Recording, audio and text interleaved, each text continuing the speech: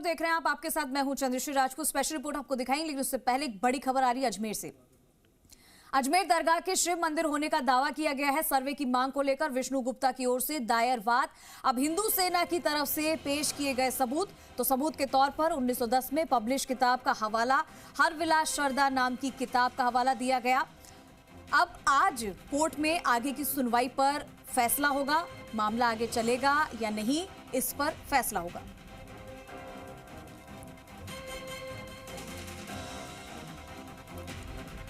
तो अजमेर से ये खबर, जहां अजमेर दरगाह के शिव मंदिर होने का दावा किया गया और सर्वे की मांग को लेकर विष्णु गुप्ता की ओर से वाद दायर किया गया है। हिंदू सेना की तरफ से पेश किए गए सबूत और सबूत के तौर पर 1910 में पब्लिश किताब का हवाला, हर विलास शरदा नाम की किताब का हवाला दिया गया है। अजमेर से इस वक्त की बड़ी खबर। अब आज कोर्ट में आगे की सुनवाई पर फैसला होगा कि ये मामला आगे चलेगा या नहीं, इस बात पर फैसला लिया जाएगा।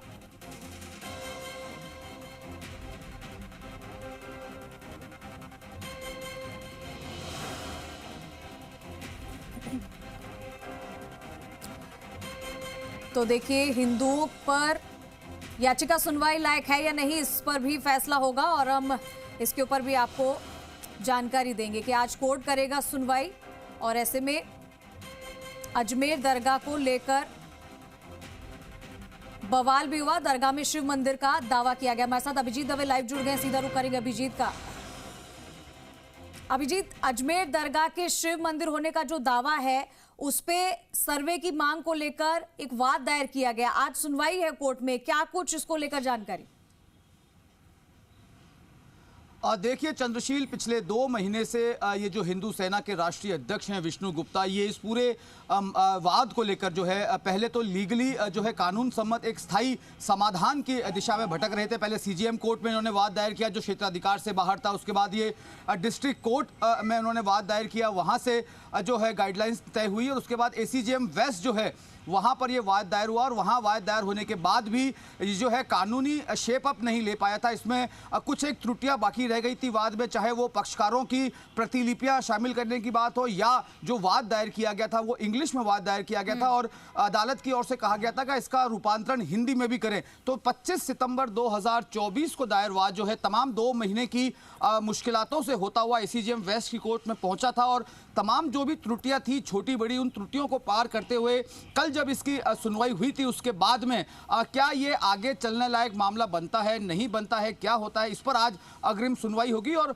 जो विष्णु गुप्ता की ओर से वाद दायर किया गया है जिसमें 3 प्रमुख बातें कही गई हैं। पहली प्रमुख बात ये कही गई है कि जो ख्वाजा गरीब नवाज की दरगाह है अजमेर में, वहाँ जो है प्राचीन काल में संकट मोचन महादेव का मंदिर हुआ करता था। इसके अलावा पुरातत्व विभाग से वहाँ सर्वे कराने की मांग की गई है। इसको लेकर 3 पक्षों को जो है वाद में जो है पक्षकार प्रतिभागी बनाया गया है, जिसमें अल्पसंख्यक मंत्रालय शामिल है, दरगाह कमेटी जो इसकी एग्जीक्यूटिव गवर्निंग बॉडी है दरगाह की, उसको बनाया गया है पार्टी। और इस पूरे मामले पर आज एसीजेएम वेस्ट कोर्ट जो है 11 बजे अपनी सुनवाई शुरू करेगा। क्या उसमें कोर्ट का रुख रहता है, इस पूरे पर बातचीत करने के लिए हमारे साथ खुद परिवादी जो है हिंदू सेना के राष्ट्रीय अध्यक्ष, और यहाँ पर यह बताना भी बहुत जरूरी है कि इनके वाद दायर करने के बाद इनको धमकी भी मिली है। तो क्रिश्चियनगंज थाने में एक मुकदमा यहाँ पर भी दर्ज है जिसकी भी जांच समानांतर रूप से चल रही है। तो विष्णु गुप्ता हमारे साथ मौजूद हैं।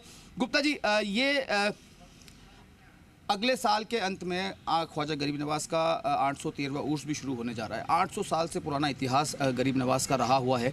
2 महीने पहले ही वाद दायर करने का विचार कैसे आया? ऐसा है, हमारा इतिहास, इनका इतिहास 800 सालों का है और इनका इतिहास जो स्टार्ट हुआ है उसको स्टार्ट हुए ओनली 1400 वर्ष हुआ है इस्लाम को स्टार्ट हुआ, और हमारा हिंदू का और इस देश का इतिहास हज़ारों साल पुराना है।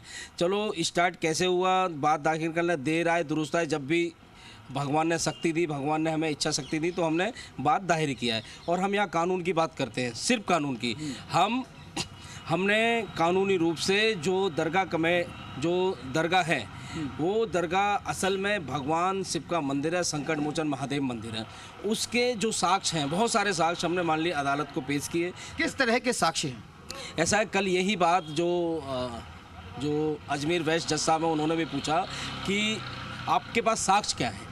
तो हमने सारे साक्ष्य ये हैं कि जो यहाँ के लोकल एक निवासी हैं, निवासी थे, उनका नाम है हरविलास शारदा जी, जिनके नाम से यहाँ सड़कों के भी नाम हैं, और वो अंग्रेजी सरकार में म्यूनसिपालिटी चीफ कमिश्नर थे यहाँ, और उसके बाद वो यहाँ के सिविल जज भी रहे। हमने उस किताब में क्या क्या लिखा है माननीय जज साहब को रीड करके भी बताया, और हमने जज साहब से आग्रह किया कि ये जो व्यक्ति हैं वो हल्के व्यक्ति नहीं हैं, वो अपने आप में मजबूत व्यक्ति थे। जब हम और आप कोई नहीं थे, आज से 100 साल पहली बात है, उस समय बुक लिखी गई है, वो उस समय यहाँ के सेशन जज थे, उन्होंने बहुत सारी चीज़ें अपनी आंखों से देखी होगी, अब बहुत सारी चीज़ें कुछ चीज़ों में फेरबदल भी हुआ होगा। तो हमें चाहते हैं कि उनकी बात का सम्मान करते हुए, उनकी बातों को ध्यान में रखते हुए एक बार सर्वे वहाँ करा लिया जाए, तो सारी चीज़ें सामने हो जाएंगी, साफ़ हो जाएंगी। वहाँ बुलंद दरवाज़ा है, साफ दिखता हो। दरगाह का जो स्ट्रक्चर है वो हिंदू मंदिरों के अवशेषों पर खड़ा है, बना हुआ है। उसका स्ट्रक्चर पहली नज़र में भी कोई आके देखता है आदमी,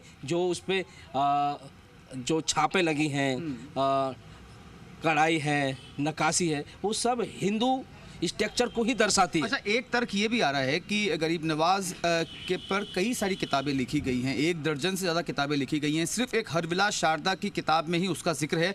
इसके अलावा किसी भी ऐसी ऐतिहासिक किताबों में जो है इस तरह के संकेत या इस तरह की लिखावट कहीं नज़र नहीं आती। सिर्फ एक किताब मजबूत आधार बन सकता है? एक किताब मजबूत आधार इसलिए बन सकता है कि अजमेर का और भारत देश का इतिहास क्या है। इतिहास का जो अजमेर का इतिहास, और जो साथ में एक सिटी है पुष्कर, वो मंदिरों का और धर्म तीर्थ स्थल है।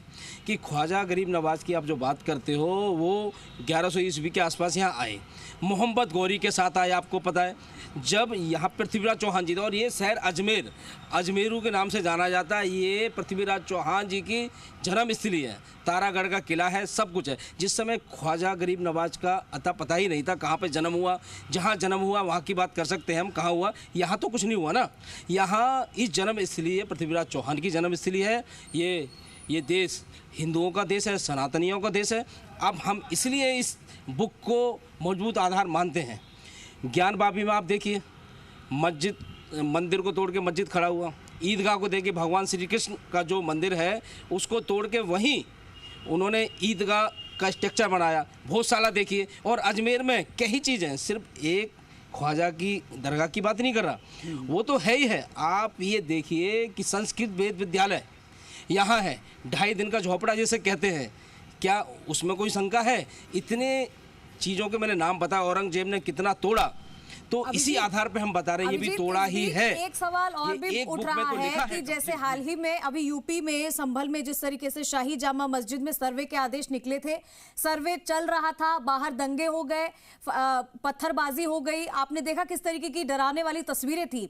तो अगर इधर भी जिसके एएसआई सर्वे की बात ये कर रहे हैं, और अगर यहाँ पर भी सर्वे होता है, तो क्या ये माना जाए कि अजमेर में भी ठीक वैसी संभल जैसी स्थिति, हालात पैदा हो जाएंगे, वो तस्वीर देखने को मिलेगी? देखिए, ये इस सवाल का जवाब जो है वो काफ़ी पेचीदा है। लॉ एंड ऑर्डर का सब्जेक्ट जो है वो स्टेट सब्जेक्ट है, किस तरह आगे। सबसे महत्वपूर्ण ये है कि आज जब विष्णु गुप्ता की याचिका पर वापस से सुनवाई शुरू होगी, अजमेर वेस्ट कोर्ट जो है इस पर क्या रुख अपनाती है, सब कुछ उस पर निर्भर करता है। उस पर अभी टिप्पणी करना जो है बहुत जल्दबाजी होगा। न्यायिक प्रक्रिया के अधीन ये परिवाद अभी भी जो है वो सुनवाई के विचाराधीन प्रक्रिया में चल रहा है, इसलिए क्या होने वाला है इस पर टीका टिप्पणी नहीं की जा सकती। लेकिन इतना ज़रूर है, विष्णु गुप्ता से मैं फिर सवाल पूछूंगा, आपको आप हिंदू सेना के राष्ट्रीय अध्यक्ष के रूप में इस वाद को दायर किया है, आपको अब तक स्थानीय स्तर पर भी किसी हिंदुवादी संगठनों का समर्थन नहीं मिल पाया? देख रहे हैं कि आप अकेले ही कोर्ट में आ रहे हैं, कहीं भी आपके साथ जो है जो हिंदुवादी संगठन जो है खड़े होते हुए नहीं दिख रहे। ऐसा है, यहाँ लोग बहुत ज़्यादा आश्चर्यजनक हैं कि भाई ये केस दरगाह का फाइल किया, दिल्ली से आके लोग फाइल किया, लोग साथ आने के लिए ज़्यादा लोग तैयार नहीं हैं। वो देख रहे हैं मूवमेंट केस की कि केस में कुछ जो साक्ष्य हमने दिए हैं, कुछ दम लग रहा है कोर्ट में। मुझे लगता है महादेव और भगवान मेरे साथ हैं। अभी कुछ लोग गुप्त रूप से समर्थन कर रहे हैं, सामने नहीं आ रहे। ऐसी बात नहीं कि मैं अकेला हूँ, भगवान साथ हैं। तो जल्द ही जब एक केस अभिजीत, तो अब देखना ही होगा कि आगे क्या होता है। ये तो कोर्ट का फैसला है, उस पर बात करेंगे। फिलहाल तमाम जानकारी के लिए बहुत